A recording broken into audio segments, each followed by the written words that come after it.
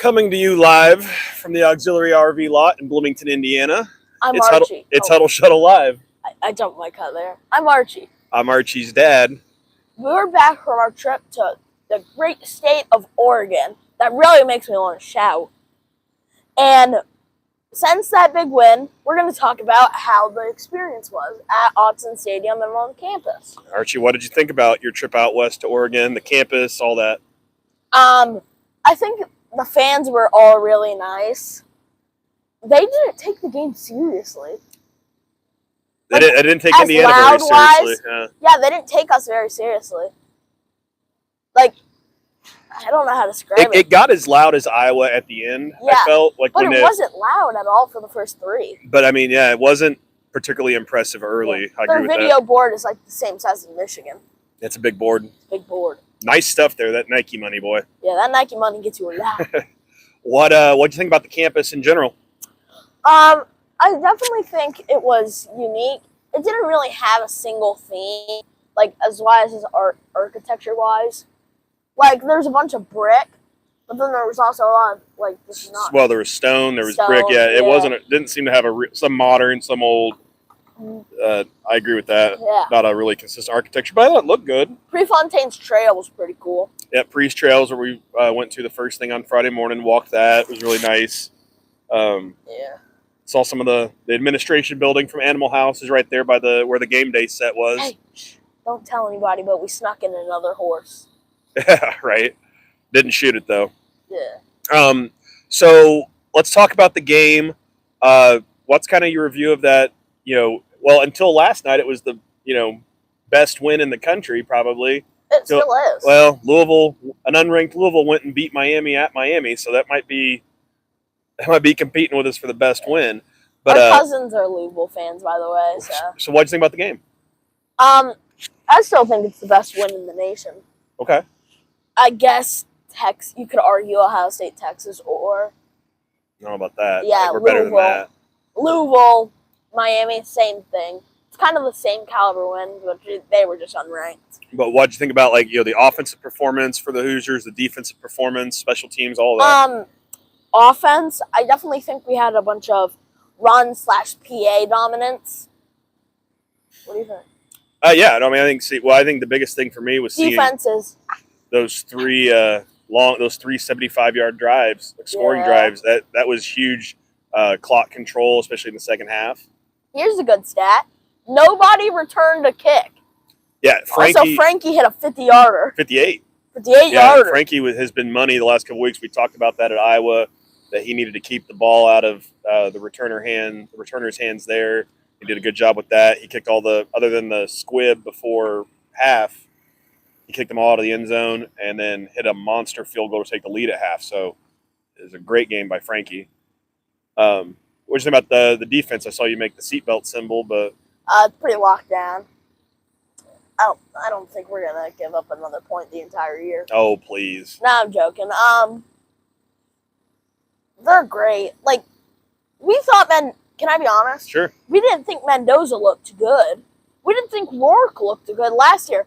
And we said... Oh, in the beginning, at the spring game, you mean? In the spring game last year. We said, Rourke doesn't look good. Maybe it's because the defense is so good. And it was. Yeah. And then this year we said the exact same thing. And they might be better. The defense might be better. Yeah. Losing key pieces, like Carpenter. Yeah, but they ran a lot of 3 linebacker packages last week, which is Isaiah Jones, Aiden Fisher, Elijah Hardy. They were everywhere. I mean, made a ton of tackles Isaiah for loss. Jones, one of my favorite players, by the way. What did we like?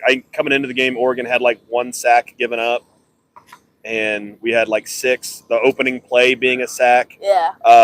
Really set the tone. I mean, that defense is good. Yeah. And the offense made the plays that they needed to. Do you have any in mind as far as what you think was like the play of the game? I think it's one of the picks. You can take your pick. Mm-hmm. I'm very punny. Hilarious. I think it was the pick at the end. Personally, I think that just kind of it sealed it for sure. Yeah. For me, it was that long first down that Elijah Surratt had. Oh, I like that. It was like a tunnel screen, and he took it like 35 yards, got down to the 5, and then they threw that kind of back shoulder out route to him in the end zone Yeah. to take the 7-point lead. That was, I thought, coming off the pick six, that was a pretty huge play to reassert where you were. Yeah. But I mean, there was a lot to go around. You could say that just the defense as a whole, the fourth down stop. I also had that written down, guys. The opening sack, the fourth down stop on the opening drive, the deep field goal by Frankie, the one-handed catch by Omar that he turned into a first down. And I tell you what, man, Omar he gets so many yards after contact. It's like he's a running back. He's special. He's played out of his mind. Yeah. He's being great. Who was your player of the game? So there's a couple options. Obviously Mendoza, but he threw that pick six. Hemby with his first 2 touchdowns of the year, good pick. For me, it's Isaiah Jones. What do you think, Dad? Well, why do you think Isaiah? Just because of the pick at the end, or Just overall? The pick at the end. I think he had a couple sacks, tackles, getting pressure. He's just everywhere, like Aiden was last year. For me, it's probably the O-line, because, like you said, Hemby's 2 touchdowns were right there at the goal line, and after seeing all the trouble we had early in the season with converting 3rd and 4th and short or goal line stuff, it blows my mind that we couldn't punch it in versus Old Dominion, but they ran right over Oregon 2 times on 2 plays. We were talking with an O-lineman's dad. Yesterday, Evan Lawrence is dead. Evan Lawrence, 71 on the Hoosiers. He plays O-line, tackle.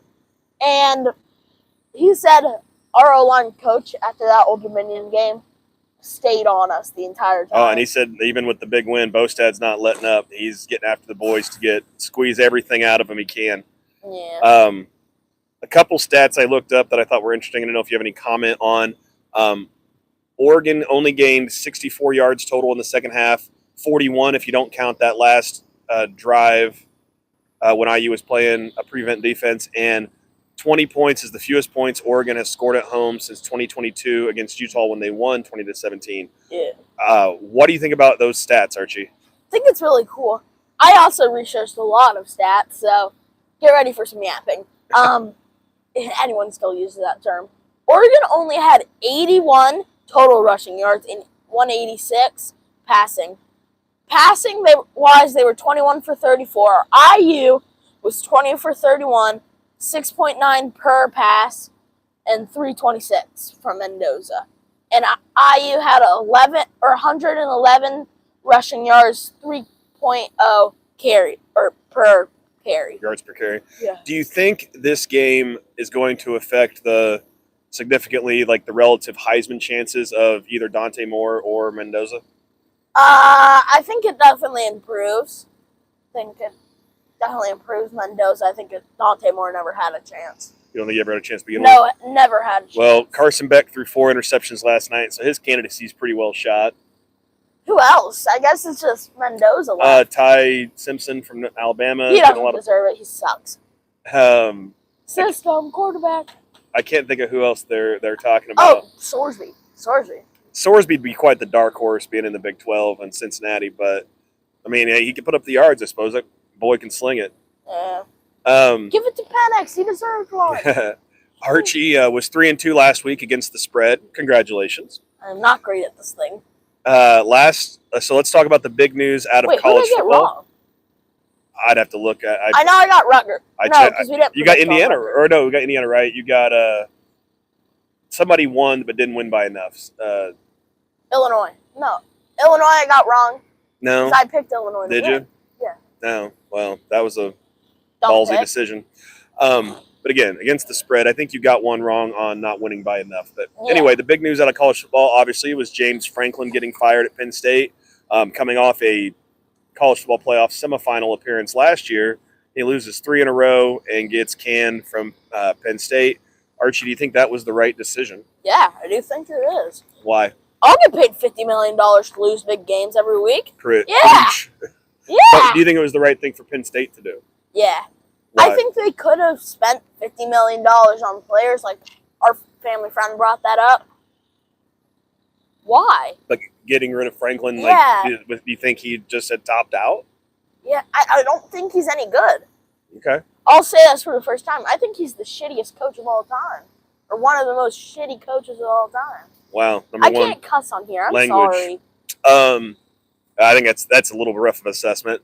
Do you think I think they have the week off this week. Maybe no. I think they play at Iowa this week. They have the week off. They have the week off next week. Yep. Do you think they'll have a bounce back the way that UCLA did after they fired Deshaun Foster? No chance. They lost their starting QB. Everything's going down this season, and they're just going to try and do something next. Yeah, it's just crazy. And I heard some comments. I think the Penn State players are probably going to pack it in. Like, I think those guys are like, we're national championship or bust this year. Drew Aller's now out for the season. I think he had surgery on his ankle. Yeah. Maybe they're going to finally rely on the run. That was something that you and I had talked about preseason. For their success. Is that you've got those two great running backs. Use them! Lean on them. And I heard some commentators, some national pundits or whatever, saying the same thing of, why isn't Penn State, running the ball with the horses they've got in the backfield? So I don't know. Yeah. And now all you can do is run the ball. Yeah, right. And I don't know. I know nothing about their backup. I don't know quarterback. I don't know what he's bringing to the table. Yeah, because why would we still have Penn State's backup quarterback? Because what are we doing? All right, so let's talk about this week's games. USC at Notre Dame. Notre Dame is favored by 9.5. That's where Archie's mom is today. She got a friend of hers that she grew up with, invited her to South Bend to watch that game. So in a true IU fan fashion, you cheer for Notre Dame football. It's a joke, Archie, from in the day, before your time. So what do you think about the USC Notre Dame game, Archie? And what do you think about Notre Dame being favored by 9.5? Do they beat that spread? I have USC with the spread. Okay. Losing, but before, like Notre Dame wins, but UCLA, the spread thing. USC. You think Notre Dame wins, but not by 10 points? Yeah, not by 10 points. Okay, so you picking USC against the spread. I do think Jeremiah Love is going to destroy that USC run defense. But he's getting a bunch of touchdowns, but he's not getting a ton of yards. 100 carries, 8 touchdowns, and I don't have the yards. So far this season? Yeah, so far this season. Yeah. So what's that? This is their 6th game, so he's getting 16 to 20 carries a game. Yeah. You got to get that guy touches. He is electric. But you've got USC against the spread. Okay. Yeah. Washington at Michigan. Michigan favored by 5.5.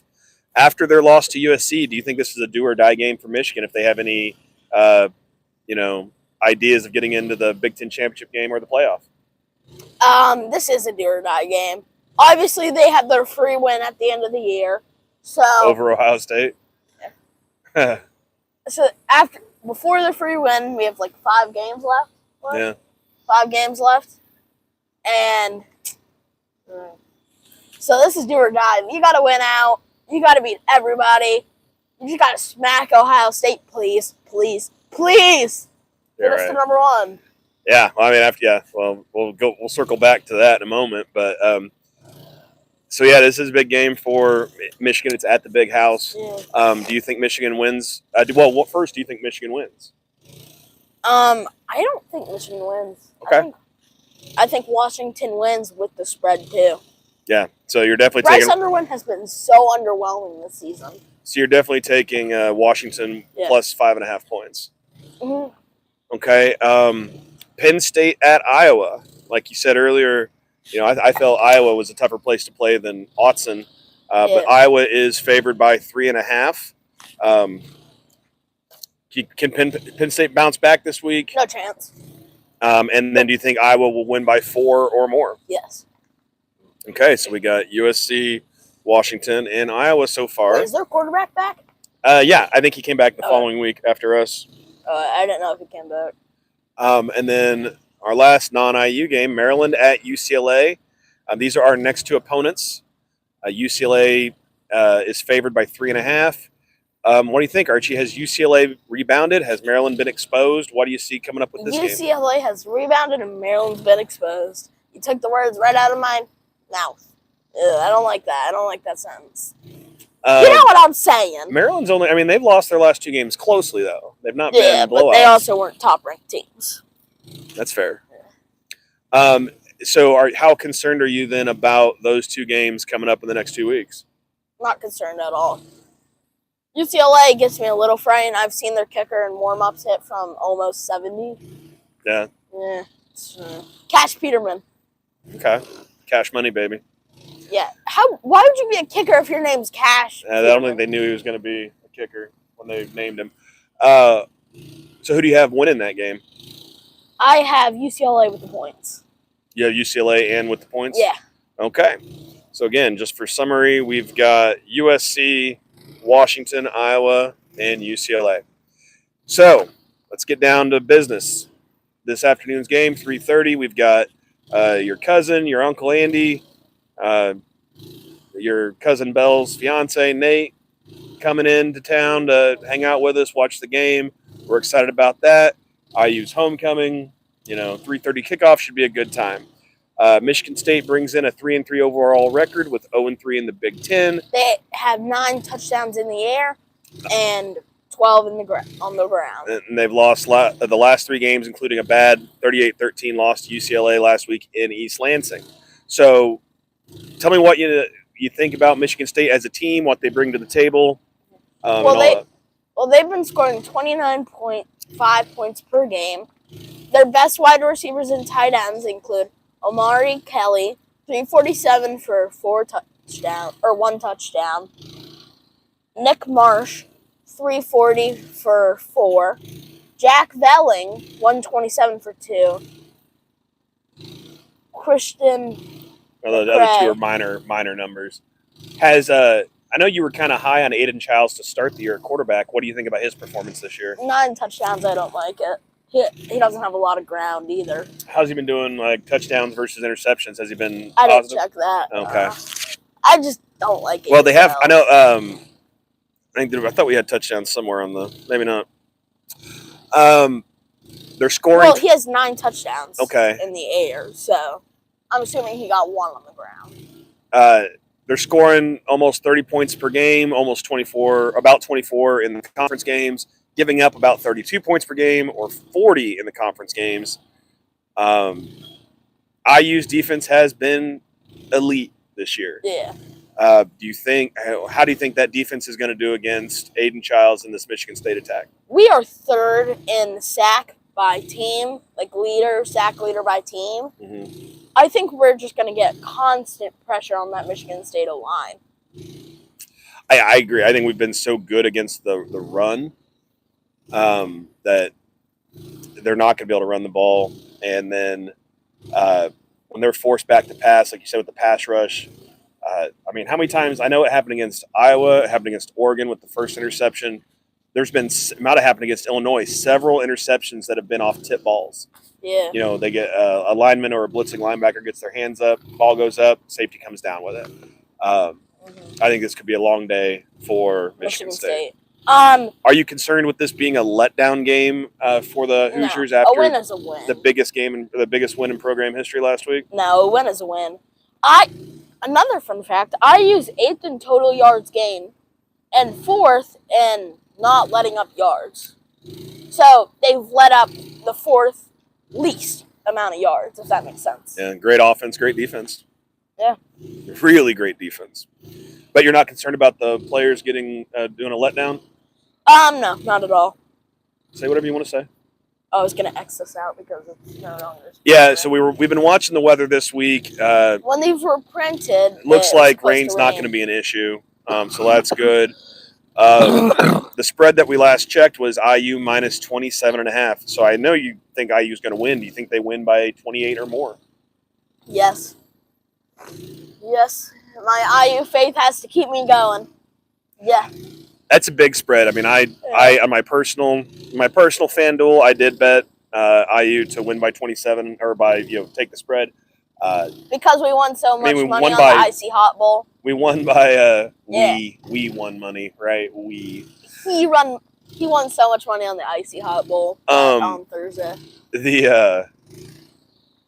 beat them by 40 last year at Lansing, so you got that. again, shout out big time to Foster, McKay, and The Banks. little baby Foster, Banks and McKay, Archie's cousins, who had their L's up yesterday to watch Louisville beat Miami. It's unbelievable to say that That guy's gonna have his own street. IU one Wisconsin win away from being a number 1 ranked team, and obviously taking care of our own business today here against One Michigan Wisconsin State. game away. On Wisconsin, if they beat Ohio State today and the Hoosiers take care of business, you're going to see a number 1 ranked Indiana team. Oh God, the pressure! And I'm that is collapsing. blowing my mind. It's been wild. Yeah. Do you have anything else to say? I think I'm just gonna talk about. This is our third to last home game. This is gonna be our third. Yeah. Yeah. The UCLA next week and then Wisconsin in November. Yeah. I'm so excited for Wisconsin. I'm gonna wear my overalls. It's gonna be so cold, and I'm gonna wear my overalls. It's gonna be really fun. I'm gonna do things because they're fun. Let's see. I'm trying to think of anything else. Uh, What's game day fit today going to be? So we're gonna go with this under and the overalls. Expect overalls until You're gonna wear the hoodie under the overalls? It's gonna be like 78 degrees, bro. I'm gonna wear the sweatpants and the overalls. No shirt. No shirt. No shirt. Yeah, I don't think you're even gonna need the sweatpants, bro. It's gonna be warm. Uh, But that's all we've got for this week's Huddle Shuttle Live. Then from us at Huddle Shuttle Live, we're in Bloomington for the IU Michigan State game, and we're so excited. And I actually just did the intro instead of the ending. so we'll I'm be gonna back let him again do next week as IU takes on UCLA. This is Archie. I'm Archie's dad. Am I? Oh, okay, yeah, whatever. Have a great day. Go Hoosiers. Go Hoosiers. Oh, I'm sad. I'm sleepy.